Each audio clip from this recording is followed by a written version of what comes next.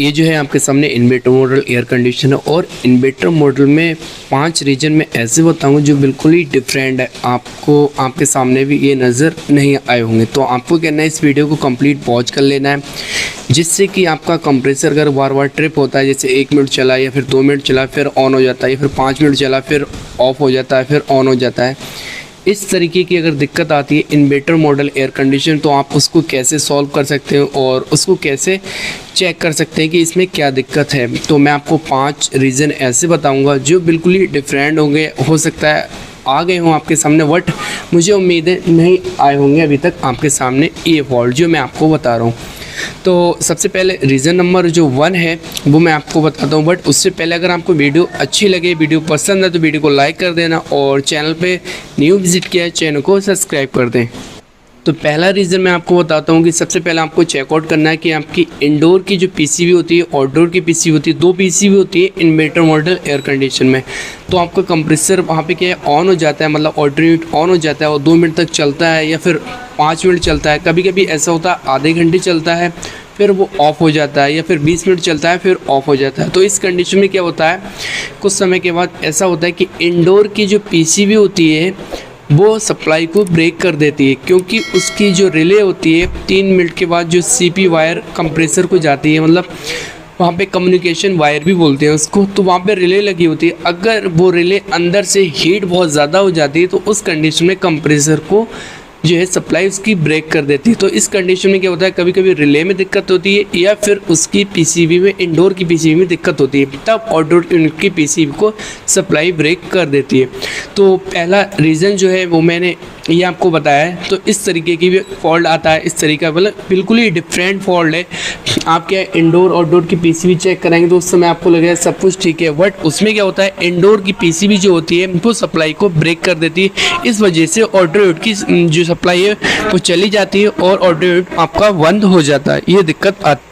Second reason जो होता है वो मैं आपके साथ शेयर कर रहा हूँ। अगर आपका कंप्रेसर जो होता है बिल्कुल ही 2 मिनट चला उसके बाद ऑफ हो जाता है, फिर ऑन हो जाता है, फिर ऑफ हो जाता है, इस तरीके की अगर दिक्कत आती है इन्वर्टर मॉडल एयर कंडीशन में, तो उस समय क्या होता है उसमें आउटडोर यूनिट की पीसी में एक हीट सिंक्स प्लेट लगी होती है जो आपकी आईपीएम के ऊपर लगी होती है। तो जब आप उसको हटाएंगे तो वहाँ पे क्या होता है आईपीएम के ऊपर एक पेस्ट लगा होता है जो कि सिलिकॉन नाम से होता है। अगर वो पेस्ट सूख जाता है या ख़त्म हो जाता है तो उस कंडीशन में क्या होता है आपका कंप्रेसर ट्रिप होके बंद हो जाता है। वो इसलिए पेस्ट लगा होता है कि वो उसकी आईपीएम को अच्छे से नॉर्मल टेम्परेचर पे रखे। अगर वो नॉर्मल टेम्परेचर पे नहीं रखता है, मतलब उसके अकॉर्डिंग अगर वहाँ पे नहीं होगा आईपीएम जो होता है उसके ऊपर अगर नहीं होगा वो पेस्ट, तो वहाँ पे होगा आपका आईपीएम बहुत ज़्यादा हीट होगा और प्लस आपका कंप्रेसर बार बार बंद होगा, ऑन होगा, बंद होगा। तो इस तरीके की दिक्कत आएगी, ऑन ऑफ होगा तो 2 मिनट चल जाएगा या फिर 3 मिनट चल जाएगा, फिर ऑफ हो जाएगा, फिर ऑन हो जाएगा।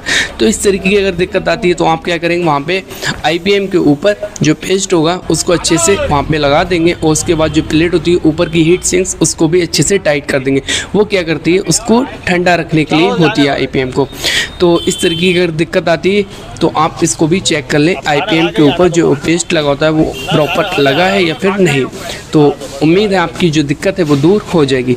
रीज़न नंबर 3, अगर आपके बीच में वोल्टेज बहुत ज़्यादा हाई आ जाते हैं, 300 प्लस वोल्टेज जाते हैं, तो उस कंडीशन में आपका क्या होता है कंप्रेसर ट्रिप होके बंद हो जाता है। तो आप उसको भी चेक करें। अगर वोल्टेज बहुत ज़्यादा लो हो जाते हैं फिर भी आपका कंप्रेसर ट्रिप होके बंद हो जाता है, तो उसको भी आपको चेक करना है कि कहीं पे वोल्टेज ओवर नहीं होना चाहिए, वोल्टेज डाउन नहीं होना चाहिए। तो इस कंडीशन में आपका कंप्रेसर ट्रिप होके बंद हो जाएगा, इस चीज़ को चेक कर लें आप। रीज़न नंबर 4, अगर आपका इंडोर का जो ब्लोअर मोटर होता है, इंडोर में ब्लोअर मोटर होता है प्लस आपके आउटडोर यूनिट में एक फ़ैन मोटर लगा होता है।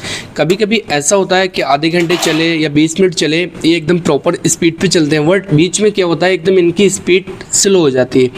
तो इस कंडीशन में क्या होता है ये डीसी मोटर होती है और दोनों में ही मेरे सामने दिक्कत है। आप मतलब इंडोर जो है इंडोर के ब्लोअर मोटर में भी यही same problem I, but outdoor के यूनिट में जो मोटर लगी होती है उसमें ही सेम प्रॉब्लम आई है। पर ऐसा है कि अलग अलग एसी में ये दिक्कतें आई। तो कभी भी ऐसा हो कि आपका आधा घंटा चला या फिर 20 मिनट चला या 10 मिनट चला, उसके बाद उसकी फ़ैन की स्पीड स्लो हो जाती है।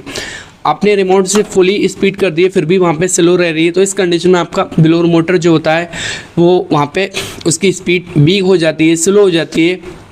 तब भी आपका कंप्रेसर ट्रिप होकर बंद हो जाएगा, क्योंकि जब उसकी स्पीड स्लो होगी तो वहाँ पे क्या होता है आपका जो कॉयल है वहाँ पे आइस आना स्टार्ट हो जाएगी, सेक्शन वाले पाइप पे आइस आना स्टार्ट हो जाएगी, या फिर ब्लोअर मोटर बहुत ज़्यादा डस्टी होता है फिर भी ये दिक्कत आती है। ऐसी सेम प्रॉब्लम आई थी ऑटो यूनिट में। ऑटो यूनिट क्या है 10 मिनट तक चला उसका फ़ैन मोटर ऑटो यूनिट का और अच्छी स्पीड में चला, उसके बाद अचानक से इसकी स्पीड जो हो गई वीक हो गई। फिर वहाँ पे क्या होगा, उसका कंप्रेसर ट्रिप होकर बंद हो गया, क्योंकि जब तक उसकी हीटिंग कंडेंसर की ऑट नहीं होगी तब तक आपका कंप्रेसर जो है प्रॉपर तरीके से रन नहीं करेगा। तो ये दिक्कत भी बीच में आ रही थी, मतलब 10-15 मिनट के बाद ही ये दिक्कत आ रही थी। तो आप भी इस चीज़ को नोट कर लें। उम्मीद है फिर आपकी जो प्रॉब्लम है वो सॉल्व हो जाएगी।